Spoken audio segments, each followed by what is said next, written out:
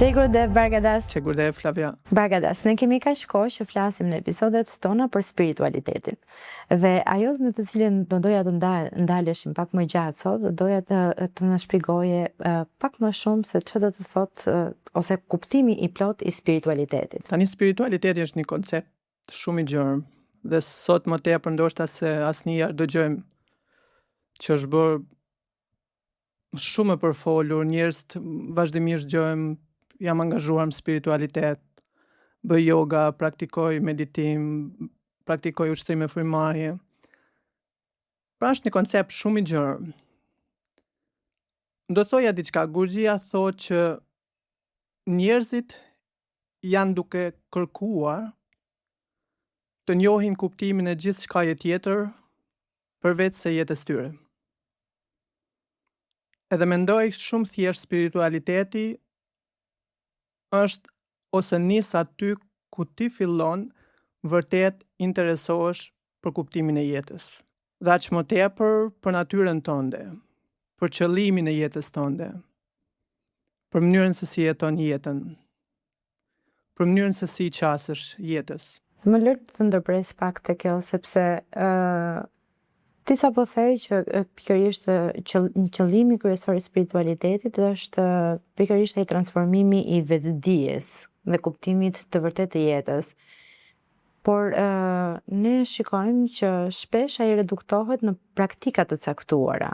Kush është arsye pse kanalizohet pikërisht në këto praktika? Sepse janë nëpërmjet tyre ti bëhesh spiritual? Apo ka edhe raste si persona të cilët kemi parë që mund të kenë një informacion shumë të gjerë, por në të vërtetë nuk është se kanë bërë një transformim konkret të vetes së tyre. Kjo është e vërtetë. Gurgjia thotë vazhdimisht sensin jo për gjykuar, por vërtet për ta parë jetën sy në sy, si thonë. Sot shumë merren me spiritualitet, pra praktikojnë praktika nga më të ndryshme. Bën vegetarian, rrugtojnë në vende të shenjta, nindi kudo që tjetë, lexojnë, studiojnë, dhe pyetja është, a vërtet ka ndryshuar jeta juaj? A vërtet jeni më të lumtur brenda jush? A vërtet jeni duke kërkuar më pak gjëra si jashtëmi që të bëheni të lumtur, apo atë lumturi jeni duke kërkuar së bërshmi tek ajo që jeni? Pra nuk është çështja të pyesim tjerët, por s'pari të pyesim veten tonë. Pra jam duke bërë çfarë jam duke bërë në jetë, pa vërtet ka ndryshuar jeta ime. Pra mënyra se si e shoh veten, mënyra se si e shoh jetën, mënyra se si e shoh gjithçka që bëjmë, mënyra se si e shoh njerëzit. Dhe ai do të thotë pra atëherë jeta ose spiritualiteti vërtet fillon bëhet pjesë e jetës tënde, kur ti vërtet sheh ndryshime. Sigurisht jeta ka sfida, por një gjë po themi që të shohësh vërtet ke filluar të ndryshosh, është kur përballesh me sfidat dhe i pranon sfidat e jetës. Dhe për ta shohim përgjithsisht qenie njerëzore, ne vazhdimisht kur jeta na ofron diçka që nuk e duam, nuk na pëlqen, çfarë bëjmë? Menjëherë reagojmë. Kurse spiritualiteti të mëson që të përballesh, të përqafosh gjithçka që vjen, dhe të mësosh diçka prej tij, dhe të rritesh, ta marrësh si një mundësi, dhe jo thjesht si një sfidë që kuptimi i saj është ndoshta të shkatërroje. Jo, është aty për të mësuar diçka. Pra në atë moment vërtet spiritualiteti do thoja fillon, ose mund të themi është momenti ku jeta jote vërtet fillon të ndryshojë. Dhe të ndalemi pak tek reduktimi i spiritualitetit në praktikat. Sa ndihmojnë ato pikërisht në këto transformime ose për ta kuptuar vërtet se çfarë do të thotë ti je një njeri spiritualist? Gjithsecili, çdo njeri, çdo person ka një këndvështrim, pra se si e shoh jetën, se si qaset jetës. Dhe kjo ndërtohet mbi bazën e të kuptuarit, asaj që nje. Qoftë nga informacionet e jashtme, ke studiuar, ta kanë thënë tjerët, ose ke eksperiencë tëndën. Dhe bazuar mbi këtë gjithsecili, prandaj ne e shohim dhe i qasim gjithsecili ndryshe. Dhe praktikat pse, pra çfarë kuptojmë këtu, është sepse të kuptuarit tonë është ndërtuar në atë lloj mënyre. ndërsa praktikat fillojnë edhe e ndryshojnë mënyrën se si ne mendojmë. Prandaj, ndoshta hapi i parë në spiritualitet është të ndryshosh mënyrën se si sheh, jo vetëm me syt fizik, dhe mënyrën se si mendon. Pra mënyrën se si qasesh gjërave. Dhe praktikat shpirtërore e transformojnë konveshtrimin tënd, e transformojnë kuptuarin tënd. Dhe Gurxhia vazhdimisht thotë që qenia njerëzore përgjithsisht ka një vizion shumë të vogël pranë atë apo mënyrën se si e sheh jetën. Mendon që realiteti i jetës është vetëm ai që percepton nëpërmjet shqisave, të dëgjuarit, shikuarit, perceptuarit, por jeta është më shumë se sa kaq. Pra, dhe spiritualiteti dhe praktikat gjithë një zgjerojnë këtë vizion të parit për të kuptuar shkakun, çfarë është shkaku pas gjithçkaje që ndodh. Jo vetëm si jashmi, por më tepër së brendshmi. Pra, gjitha praktikat e ndryshojnë mënyrën se si ne i shohim gjërat, mënyrën se si ne i shohim jetën. Pra, e bën të prekshme, e bën reale, dhe jo thjesht diçka teorike. Po themi, nëse dikush studion për mekanik, ti mundesh vërtet ta njohësh se si ta zbërthesh një motor. Por do të kuptosh dhe do të arrish ta zbërthesh një motor vetëm kur ta vendosish në praktik.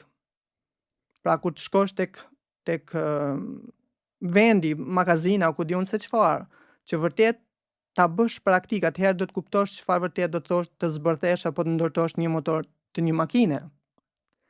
Dhe në këtë formë që spiritualiteti nuk është thjesht një teori që dikush na thot apo e lexojmë libra dhe jeta jo ndryshoi.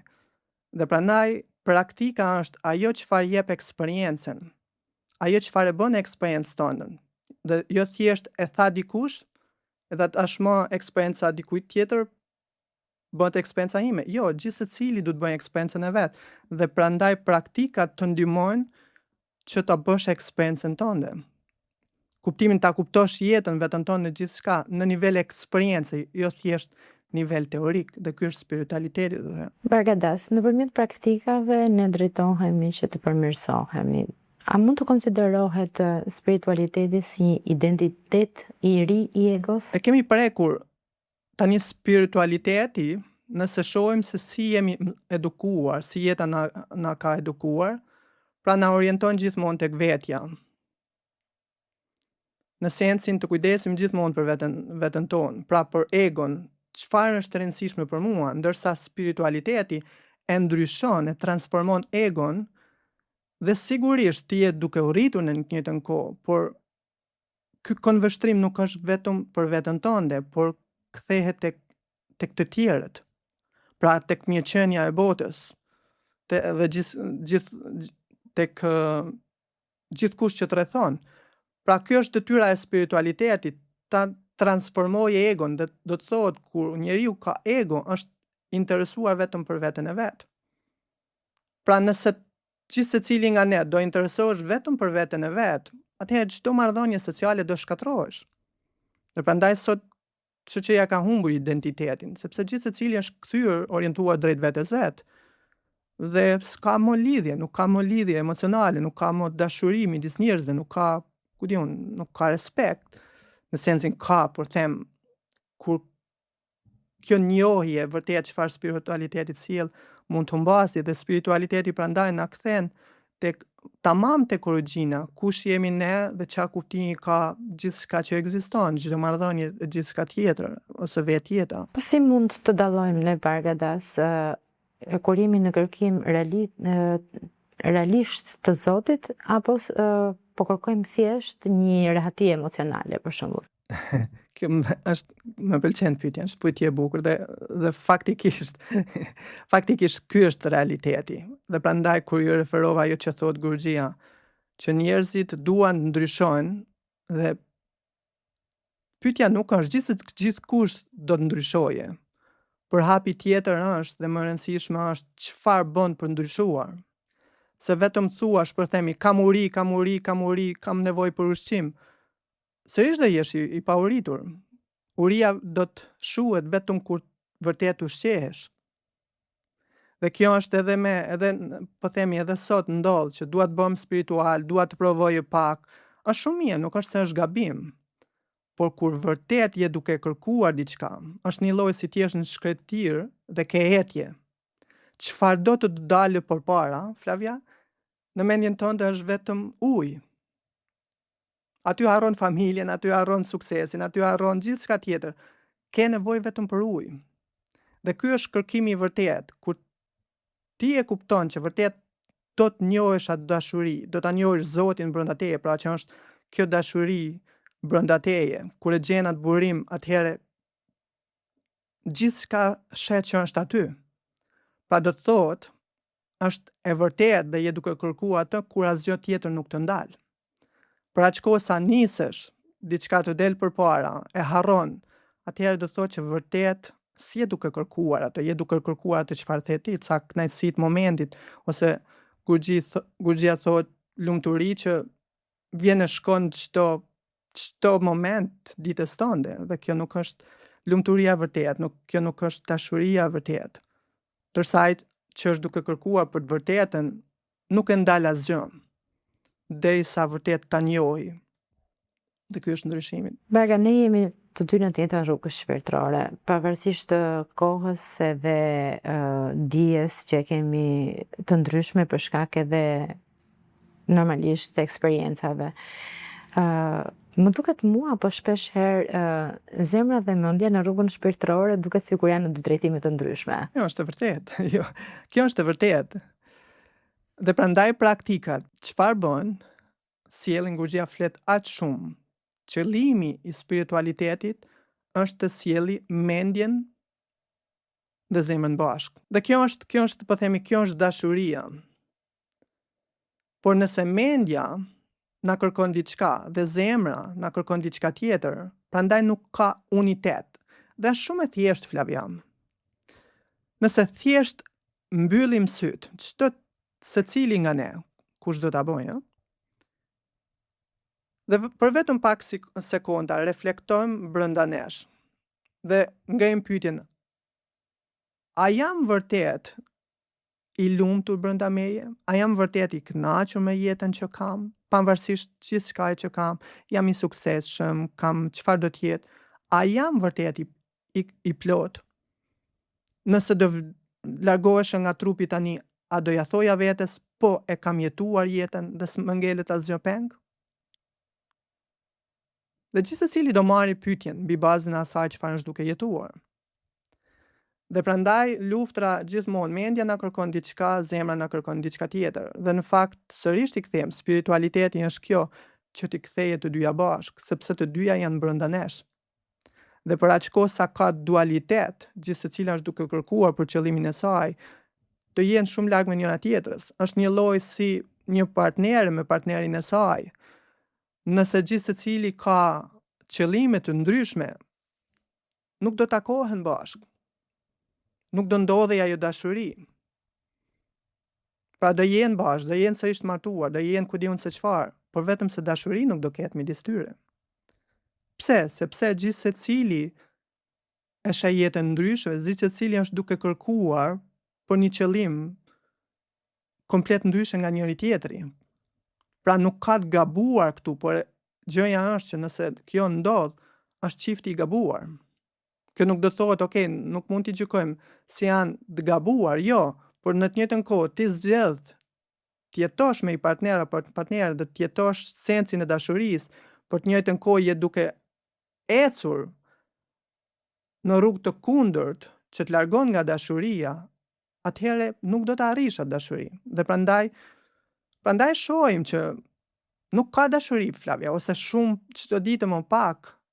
E vetmja gjë, pra po kujdesemi për shumë gjëra në jetë, por kemi harruar atë çfarë është më rëndësishme, Flavia. Dhe mendoj kjo është pra që vërtet kuptohet çfarë do të thotë kur zemra dhe mendja largohen nga njëra tjetra dhe kur zemra dhe mendja ofrohen ose drejtohen drejt njëra tjetrës derisa të bëhen bashkë. Aktualisht në kohën që ne po jetojmë, Bergadas, shikojmë që fjala spiritualitet është po përdoret, domethënë, në shumë drejtime. Në të njëjtën kohë do doja të dija ose jam kurioze ta di dhe unë për veten time se çfarë ndodh realisht kur pikërisht kjo rrugë shpirtërore e cila ti zgjedh të kërkon që të heqësh dorë nga ai imazhi që të ke ose historitë që ti ke krijuar për veten dhe beson për veten tënde prej vitesh tashmë. Po reflektosha se më kujtove tani. Po reflektosha rreth diçkaje disa ditë përpara, rreth çfarë po ndodh me jetën time. Unë kam humbur, nuk po them në këtë formë, po jam larguar me shumë njerëz dhe në një aspekt ose nëse mund ta them në këtë formë ka ndodhur. Pse? Sepse unë kam ndryshuar plotësisht mënyra e jetës time, pra gjithçka që shet tani me këtë veshje, me këtë shenjë ball, me këtë që besoj, ka ndryshuar plotësisht. Jam i njëjti person në sensin kur e shes po kam ndryshuar. Dhe tani ne jemi mësuar, jemi edukuar që do të thotë ti duhet ta ruash gjithmonë identitetin tënd ose ai kush je, duhet të jesh gjithmonë, pra si shoqëria na sheh, brenda një lloj kornize, kafazi. Dhe momentin që del vetëm pak rreth kësaj kornize, atëherë ke bërë gabim ose nuk je duke jetuar si duhet. Dhe jeta është një proces transformimi, Flavian. Dhe të parët ne duhet të jemi të hapur ndaj ndryshimit. Dhe pastaj shoqëria ndoshta e ka dhe njerëzit përreth e kanë më të lehtë. Pra njeriu duhet besoj tek ndryshimi. Pra edhe po ta shohim trupin ton, shohim kur kemi qenë fëmijë, shohim kur jemi 10 vjeç, 30 vjeç, 40 vjeç, 50 vjeç, pra trupi fizik evolon, ndryshon, transformohet. Edhe gjithçka brenda nesh do të thotë që është proces transformimi, pra mënyra se si mendojmë, mënyra se si e shohim jetën, trupi jon, gjithçka tjetër, sepse kemi ardhur, pra prandaj edhe një herë, kemi ardhur për një qëllim, Flavia. Jeta nuk është thjesht diçka rëndomt, që ka ardhur për të bërë i pasur këtu dhe për t'i thënë botës asaj Zoti je. E çfarë, ç'a kuptimi ka? Do largohesh nga trupi dhe bota do të harroje në shumë pak, ku diun, ditë, muaj apo vite. Cila është vlera? Pra ka një qëllim dhe nuk mund ta them as unë, as ti, as kush tjetër, pra gjithë secili, dhe kjo është e bukura, duhet të zbuloje kuptimin pse jam këtu në këtë jetë. Ç'a qëllimi kam? Dhe atëherë kur fillojmë të shohim jetën në këtë formë, atëherë vërtet jemi mendje hapur. Jemi të hapur ndaj jetës, të na transformojë, të na sjellë aty ku jemi destinuar që të shkojmë. Dhe mendoj shumë njerëz nuk e kuptojnë këtë gjë, dhe prandaj njerëzit shumë raste kthehen kundra njëri tjetrit, ke ndryshuar për kështu, po sigurisht. A ndjem mirë me veten time? Atëherë çfarë problemi ke? Domethënë nëse shohim një person që ka ndryshuar jetën e tij, pse duhet kemi problem me atë person? Njerëzit që kanë transformuar, po themi njerëzit vërtet spiritual, ç'a të keqe ka bota nga ata? Po themi, shoqëria nga ata. Nëse një njeri është në paqe me veten e vet, çfarë të keqe ka shoqëria? Pra është një lloj sikur nëse ti ke hedhur një parfum që vërtet i bën njerëzit wow, domethënë zgjon diçka që kanë dëshirë të jenë afër një personi të tillë, ç'a të keqe ka? Por nëse ti do jesh, do jesh, si jam duke thënë ty, po kushdo që tjetë në sensin që njerëz dojnë të rinë afër, atëherë po. Pra që do të them, nëse një njeri është në paqe me veten e vet, është një e mirë për gjithkën që është përreth. Një njeri nëse është pozitiv, lumaj që është afër ti. Dhe kjo është çështja. Ne jemi duke arritur shumë gjëra, Flavia, por si jemi duke jetuar jetën, çfarë kemi në mendje? Çfarë është duke ushqyer mendja jonë, çfarë prodhojmë në sensin nga mendja jonë? Dhe nëse njerëzit janë negativ, ai person është problem për shoqërinë, por nëse një njeri dhe person është pozitiv në paqe, ai është vërtet benefiti ose ai që e mban një shoqëri të shëndosh. Dhe prandaj do thoja njerëzit vërtet shpirtëror i dallon kur jeton me ta. Pra tek ajo çfarë vërtet rezatojnë. por kjo tregon sërish, nuk dua ta them, por që njerëzit duke pasur frikë dhe duke mos pranuar vërtet ndryshimin, çfarë bën, reagojnë.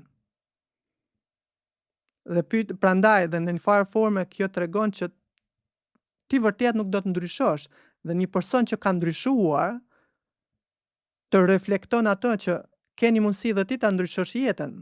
Dhe ata çfarë bën, duke mos pasur vërtet dëshirë ose mundësinë ose forcën për ndryshuar, çfarë bën, kthehen kundra.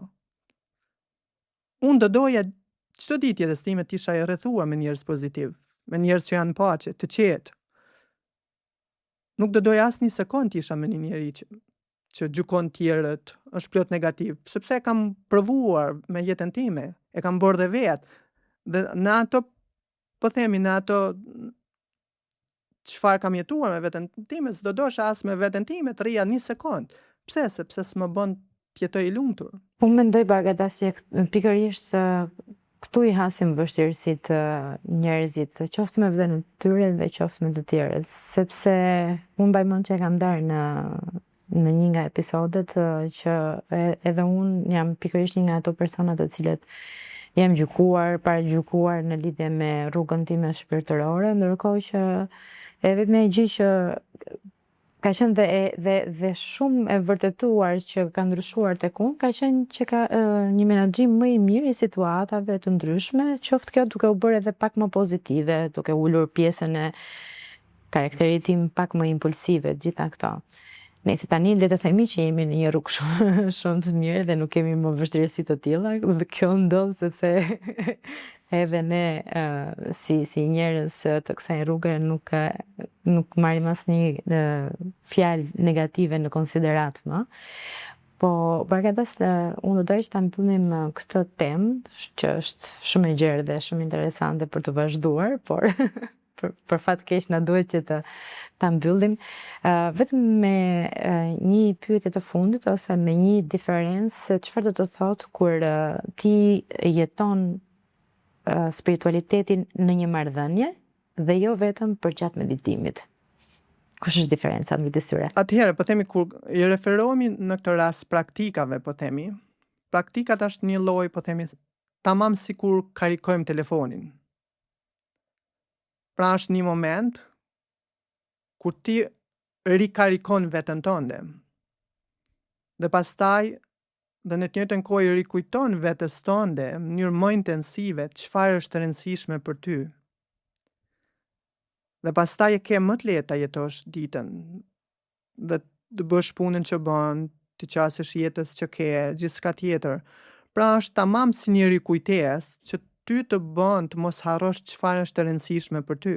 Dhe prandaj, po themi shkurt, shumë praktika joge, meditimi është aq intensive në sensin dhe fokusuar aty që sa rikujtesa është shumë e fortë që të kujton çfarë është e rëndësishme për ty. Po themi, ne nëse nuk kemi një rutinë caktuar, edhe nëse nuk jemi shpirtëror, gjithë secili nga ne në rrugë shpirtërore ose jo, ka një rutinë ti ose të saj që rikujton veten e vet, për jetën e vet, për punën, për gjithçka tjetër. Pra kjo kupton që jeta është aq dinamike, Flavia, ka aq shumë stimuj të jashtëm, sa të përqendrohesh aty ku ti don të jetosh, ke nevojë ta kujtosh veten e vet, ndryshe do humbësh fokusin nga ajo çfarë është e rëndësishme për ty. Dhe prandaj do thoja që ky moment është për të rikujtuar çfarë vërtet për ty ka rëndësi dhe se si ta jetosh atë që ka rëndësi. Unë Bargadas ndrova mendjet dhe do të bëj një pyetje të fundit. Tani mendoj që kjo është pak pikante, do thoja, dhe këtu do jam edhe pak vetë, domethënë, në mendime. Nëse spiritualiteti nuk do kishte asnjë shpërblim, do ta ndiqnim përsëri? Domethënë, gjithçka që bëjmë ka një qëllim, Flavia.